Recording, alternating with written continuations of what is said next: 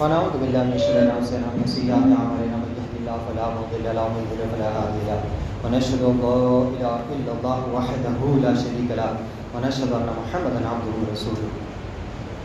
آئیے سب سے پہلے حضور کائنات تاجدار مدینہ سرور قلب سینہ صلی اللہ علیہ وسلم کی بارگاہ میں ہدیہ درود پیش کریے. پڑھیے اللہم صلی اللہ سیدنا مولانا محمد وعلی آل محمد کما تحب و ترضى بسللی صلاۃ و سلام علیک یا رسول اللہ صلی اللہ علیہ وسلم. رسول اور آل رسول پر ایک مرتبہ اور ہدیہ درود بآواز بلند پیش کریے. اللہم صلی اللہ سیدنا مولانا محمد جد الحسن والحسین وعلی آل سیدنا مولانا محمد جد الحسن والحسین. حضرات محترم، آج رمضان المبارک کا آخری جمعہ ہے اور اس کی بھی چند گنی چنی ساعتیں باقی رہ گئی ہے. آج اسی متعلق سے کچھ گزارشات کرنی ہے. رمضان کے آخری جمعے کو جمعۃ الوداع بھی کہا جاتا ہے، یعنی رمضان کی رخصتی والا جمعہ. اس دن کی اہمیت دوسرے دنوں کے مقابلے میں اس لحاظ سے یقیناً زیادہ ہے کہ یہ رمضان کے مہینے میں آنے والا جمعہ ہے اور اس کے بعد سال رمضان میں کوئی اور جمعہ نہیں آئے گا. ویسے تو رمضان میں ہر جمعے کا دن برکتوں والا ہوتا ہے، لیکن اس دن کی یہ خصوصیت ہے کہ اس کے بعد آئندہ رمضان تک برکتوں والا جمعہ نصیب نہیں ہوگا. اس لحاظ سے بھی اس کی اہمیت محسوس کرنی چاہیے کہ جس قدر اس دن ہو سکے اللہ کی عبادت کرنی چاہیے اور اللہ جل جلالہ کی طرف رجوع کرنا چاہیے. اب جب کہ رمضان رخصت ہو رہا ہے تو دو کام ایسے ہیں جس کا ہر مسلمان کو اہتمام کرنا چاہیے. سب سے پہلے عبادت کی توفیق ملنے پر اللہ تعالیٰ کا شکر ادا کرے. ایک کام تو یہ کہ اللہ تعالیٰ کا شکر ادا کیا جائے کہ اس نے اپنے فضل و کرم سے رمضان کا مہینہ عطا فرمایا اور روزہ رکھنے اور تراویح کی توفیق بھی عطا فرمائی. یہ صرف اللہ تعالیٰ کا فضل و کرم ہے، ورنہ بہت سے گھرانے ایسے بھی ہیں کہ جن میں پتہ ہی نہیں چلتا کہ کب رمضان آیا اور کب گزر گیا. غفلت کے ساتھ پورا رمضان گزر جاتا ہے، نہ ہی روزوں کی توفیق ہوتی ہے اور نہ ہی تراویح کی اور نہ ہی خاص عبادات کی. اس لیے اللہ تعالیٰ کا شکر ادا کرنا چاہیے کہ اللہ تعالیٰ نے ایسے لوگوں میں شامل کرنے کے بجائے ایسے لوگوں میں شامل کیا ہے کہ جن کے گھر میں رمضان آتا ہے اور کچھ نہ کچھ عبادات کی توفیق بھی ہو جاتی ہے. دوسرا، بعض لوگ انتہائی انکساری سے کام لیتے ہوئے رمضان میں کی ہوئی عبادات کے بارے میں حد سے گزر جاتے ہیں اور اللہ کی طرف سے دی ہوئی توفیق کی ناقدری کرتے ہوئے کہتے ہیں کہ بھائی ہم نے کیا عبادات کی، یہ تو فاقے ہو گئے، یا ہم نے کیا نماز پڑھی، یہ نمازیں نہ ہوئی، بلکہ یہ تو ہم نے ٹکریں مار لی ہے. یہ ناقدری ہے، کیونکہ جب اللہ تعالیٰ نے اپنے فضل و کرم سے عبادات کی توفیق عطا فرما دی تو اس پر شکر ادا کرنا چاہیے. اس لیے کہ خواہ عبادات کیسی ہی کیوں نہ ہو، لیکن سجدے میں پیشانی تو اسی رب کی بارگاہ میں جا کر ٹکی ہے. سجدہ تو اسی ایک اللہ کے لیے ہوا ہے. شاعر کہتے ہیں کہ وہ ایک سجدہ جسے تو گرا سمجھتا ہے، ہزار سجدوں سے دیتا ہے آدمی کو نجات. اور قبول ہو کہ نہ ہو پھر ایک نعمت وہ سجدہ جس کو تیرے آستہ سے نسبت ہے. لہذا اس مہینے میں اللہ جل جلالہ کی طرف سے عبادات کی توفیق مل جائے تو اس کو معمولی تصور نہیں کرنا چاہیے، بلکہ اس توفیق پر اللہ تعالیٰ کا شکر ادا کرنا چاہیے کہ اس نے عبادات کی توفیق عطا فرمائی ہے. اور یہ بات بھی اپنی جگہ ایک مسلم حقیقت ہے کہ ان عبادات میں سے کوئی عبادات بھی ایسی نہیں ہے جس کو ہم نے پورے خشوع و خضوع اور آداب کے ساتھ اس انداز میں ادا کیا ہو جس طرح کہ اس کا حق تھا. اسی لیے یہ سمجھیں کہ اللہ تعالیٰ کی طرف سے توفیق شامل حال تھی، لیکن ہماری طرف سے کوتاہیاں اور غلطیاں بھی تھیں.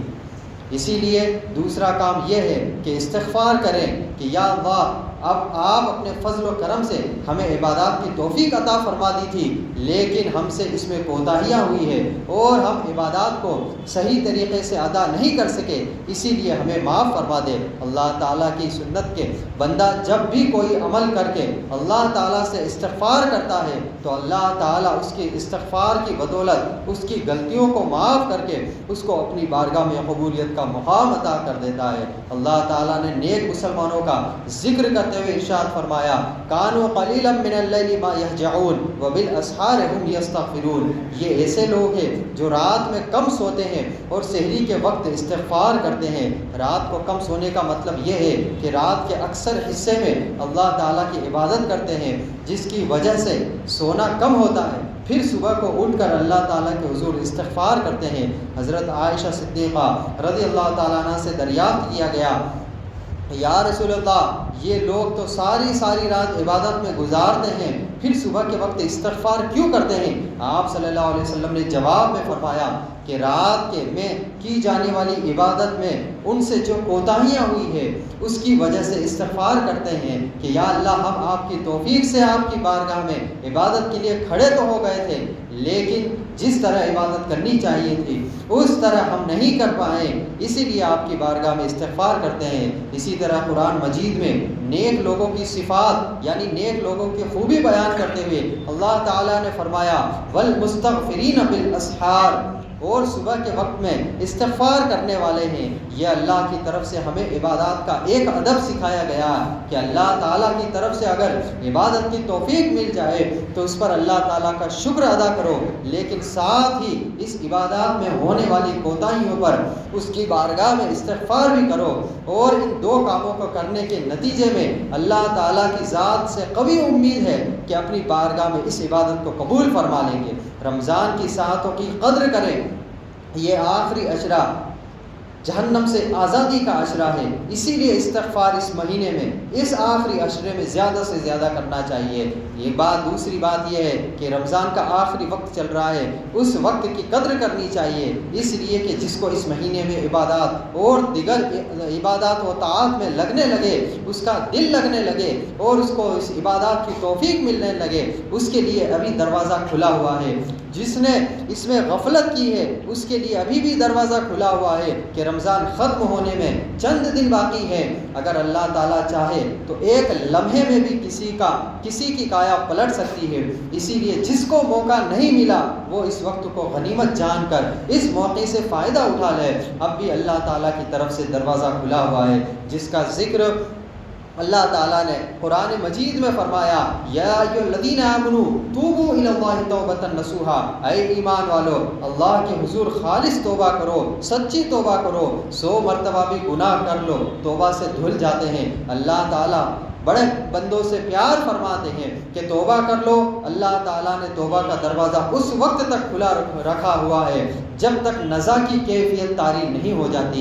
اسی لیے جس وقت بھی کسی کو تنبیہ ہو جائے تو اللہ کی طرف لوٹ کر اس کے حضور توبہ کر لے، کیونکہ اللہ تعالیٰ کی طرف سے یہ پیغام ہے کہ باز آ ہر آ چاہے ہستی باز آ، گر کافر و غربت پرستی باز آ، ای در گہے مادر گہے نو امید نیست، 100 بار اگر توبہ شکستی باز آ، واپس آ جاؤ، جیسے بھی ہو میری طرف لوٹ آؤ، یہاں تک کہ اگر کافر و بت پرست بھی ہو پھر بھی میری طرف لوٹ آؤ۔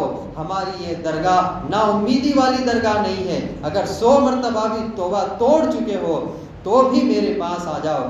یہ ایک حدیث کا مضمون ہے کہ رسول اللہ صلی اللہ تعالیٰ علیہ وسلم نے ارشاد فرمایا ما اصر من استغفر وان عاد 100 مرہ، جو شخص اللہ تعالیٰ سے استغفار کرتا رہتا ہے اللہ تعالیٰ اس کو گناہوں پر اصرار کرنے والوں میں شمار نہیں فرماتے، اگرچہ اس نے گناہ 100 مرتبہ ہی کیوں نہ کیا ہو۔ اسی لیے جو شخص اللہ تعالیٰ سے رجوع کر کے اپنے گناہوں کی معافی مانگتا رہے اس کو گناہوں پر اصرار کرنے والوں میں نہیں گنا جائے گا۔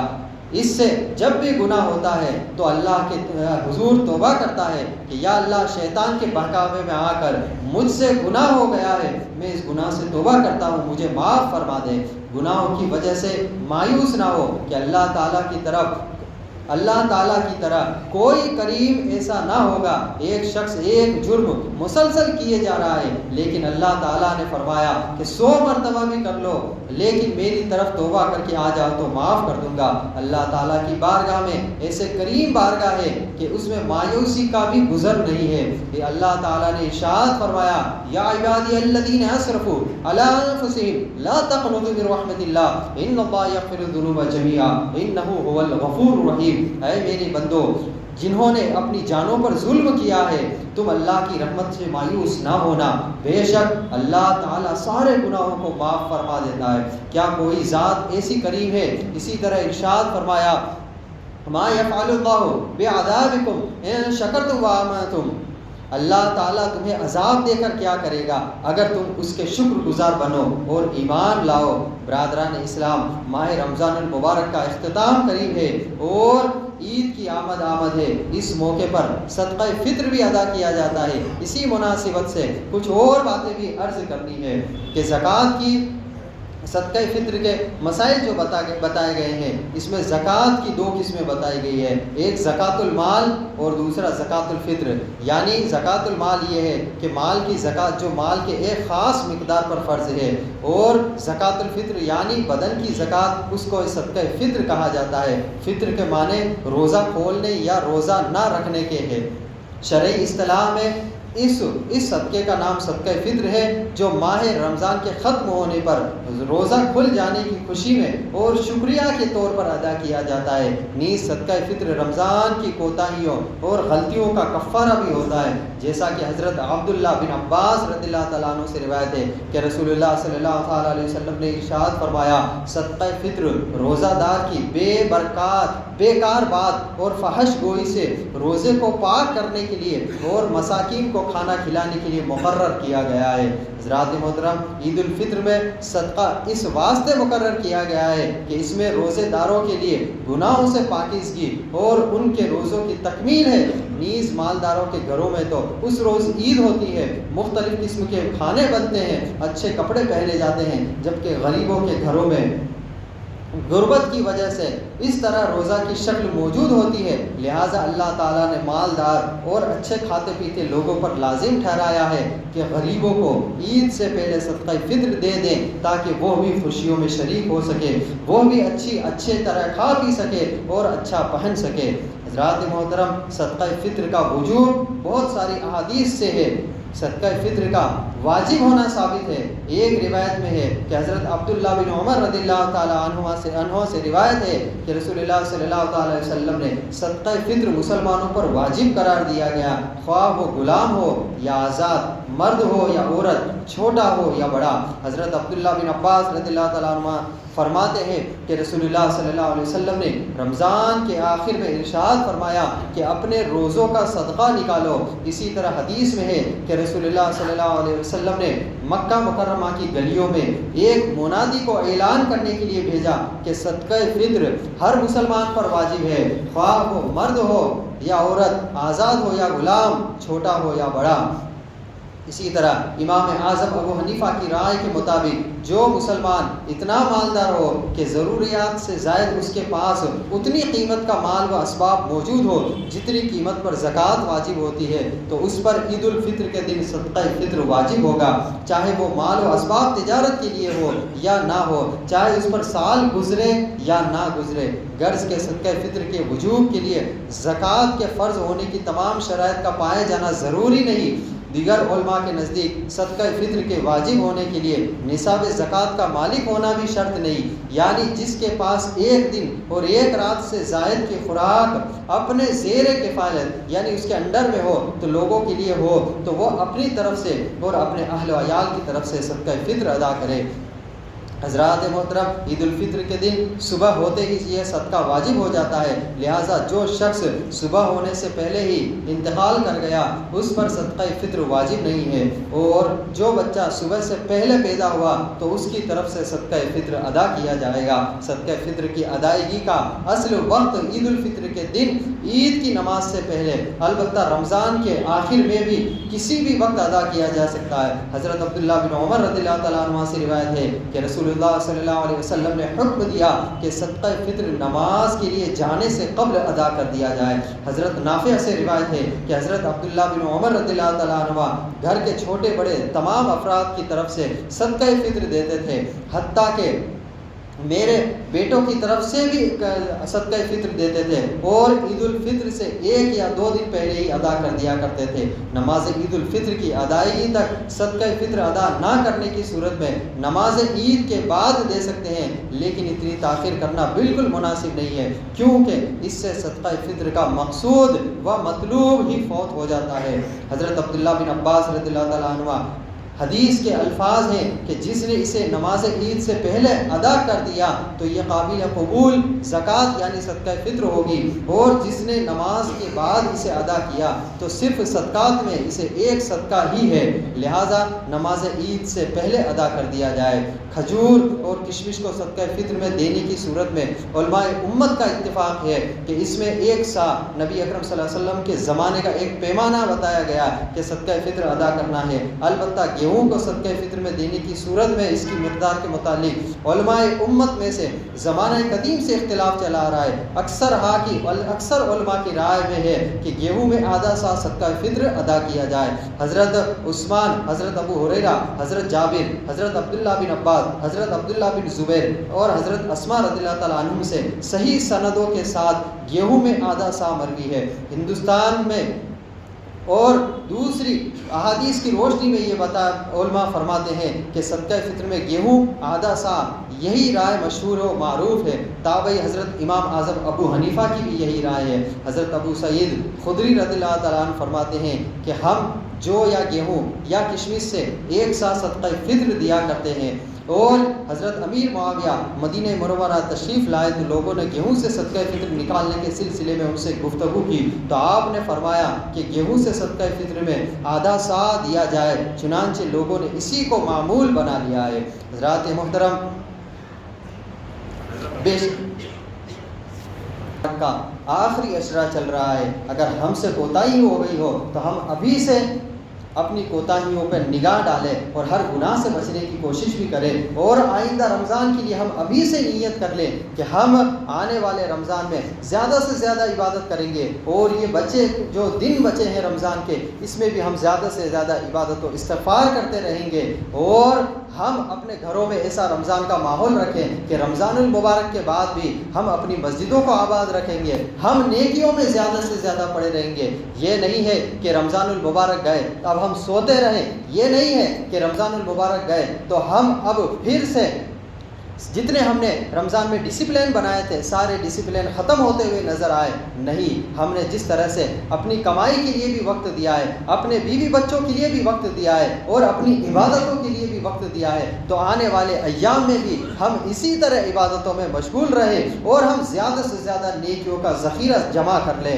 پتہ نہیں ہماری زندگی میں آئندہ رمضان ہمیں دیکھنا نصیب ہو یا نہیں ہو۔ کئی لوگ ایسے تھے جو پچھلے سال ہمارے ساتھ تھے، اس سال نہیں ہے، پتہ نہیں ہم میں سے کتنے لوگ ایسے ہیں جو آئندہ رمضان نہ ہو، کیونکہ موت کا کوئی وقت مقرر نہیں ہے۔ کسی بزرگ سے جب پوچھا گیا کہ آپ ہمیں عبادت کا ایسا وقت مقرر بتا دیں کہ میں اس دن عبادت کروں، تو ان بزرگوں نے بہت اچھا جواب دیا تھا، کہا موت سے 1 دن پہلے۔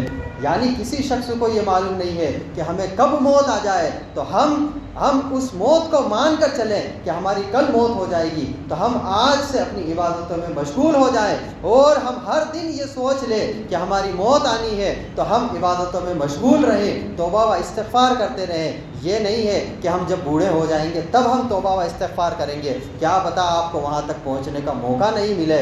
اور آج کی جو نئی جنریشن چل رہی ہے، ان سے تو امید بھی ہمیں اب جیسا ماحول چل رہا ہے یہ امید بھی نہیں رکھ سکتے کہ ہم 60 سال جئیں گے یا 70 سال جئیں گے۔ موت کا کوئی وقت مقرر نہیں ہے، اسی لیے ہمیں زیادہ سے زیادہ اپنے آپ کو عبادتوں میں گزارنا چاہیے، ہمارے وقت کو، اور ہر وقت توبہ و استغفار کرنی چاہیے۔ ہمیں اہدنا الصراط المستقیم پر چلتے رہنا چاہیے، اور ہمارے بزرگوں نے، ہمارے اسلاف نے جو ہمیں طریقہ بتایا گیا ہے ہم اس طرح سے رہیں۔ مسلمان کا مطلب یہ ہوتا ہے کہ آپ ڈسپلن میں چلنے والے رہیں، آپ کو جو اسلام نے ایک طریقہ بتایا گیا ہے ہم اس طرح سے چلیں۔ ہم ان مذاہب کی طرح نہیں ہے جن میں کوئی ڈسپلن نہیں ہے، جن میں کوئی بتانے والا نہیں ہے کہ قوم کو کس طرف جانا ہے، جدھر مرضی جدھر جا رہے ہیں، حرام ہو حلال ہو جس طرف چاہیں وہ جا سکتے ہیں۔ نہیں، ہمارا یہ طریقہ نہیں ہے، ہم ڈسپلن میں رہنے والے ہیں، اسی لیے تو ہمیں نماز کی پابندی کا حکم دیا گیا ہے۔ روزے کا مقصد یہ بتایا گیا ہے کہ ہم اپنے آپ کو نیک بنا لیں اور ہم بھوک برداشت کریں تاکہ ہمیں یہ معلوم چل جائے کہ غریب انسان کس طرح سے بھوکا رہتا ہے. یہ کسی اور مذہب میں نہیں ہے. دوسرے مذہب کے آپ روزے دیکھیں گے تو دن بھر کھاتے پیتے رہیں گے, پھر کہیں گے کہ ہم تو رات تک روزے رکھتے ہیں. بھائی ایسے روزے تو زندگی بھر رکھ لیے جائیں, صرف پھل فروٹ پہ اگر زندگی گزارنی ہو. لیکن پورے بھوکے رہنے کا یہ مطلب ہے کہ آپ کو احساس کب ہوگا؟ آپ گرم پانی پی لیں تو پھر آپ کو احساس کہاں ہوا پیاس کا؟ آپ کھاتے پیتے رہے فروٹ تو آپ کو احساس کیا ہوگا؟ اسی لیے تو اسلام نے ہمیں اتنا اچھا طریقہ بتایا گیا ہے کہ ہم ایک غریب کی بھوک کو بھی سمجھ سکتے ہیں. اسی لیے ہم زکوٰۃ و صدقہ فطر بھی ادا کرتے ہیں تاکہ غریب کی مدد بھی ہو جائے, اور ہم عبادتوں میں بھی آتے رہیں, ہم نمازیں بھی پڑھتے رہیں تاکہ ہم اپنے آپ کو ایک اچھا مسلمان ثابت کرتے رہیں. اللہ تبارک و تعالیٰ سے دعا ہے کہ رمضان المبارک میں ہماری کوتاہیوں کو معاف و درگزر فرمائے, ہماری غلطیوں کو معاف و درگزر فرمائے, اور ہمیں زیادہ سے زیادہ عبادت کرنے کی توفیق رفیق عطا فرمائے. اور رمضان المبارک کے بعد بھی ہمیں اپنی مسجدوں کو آباد کرنے کی توفیق رفیق عطا فرمائے. آج ہم اپنے دل میں ارادہ کر لیں کہ ہم رمضان کے بعد بھی اپنی مسجدوں میں آتے رہیں گے, ہم زیادہ سے زیادہ عبادتوں میں وقت کو گزارتے رہیں گے. اللہ تبارک و تعالی ہمیں اور آپ کو نیکی کی توفیق عطا فرمائے. استغفر اللہ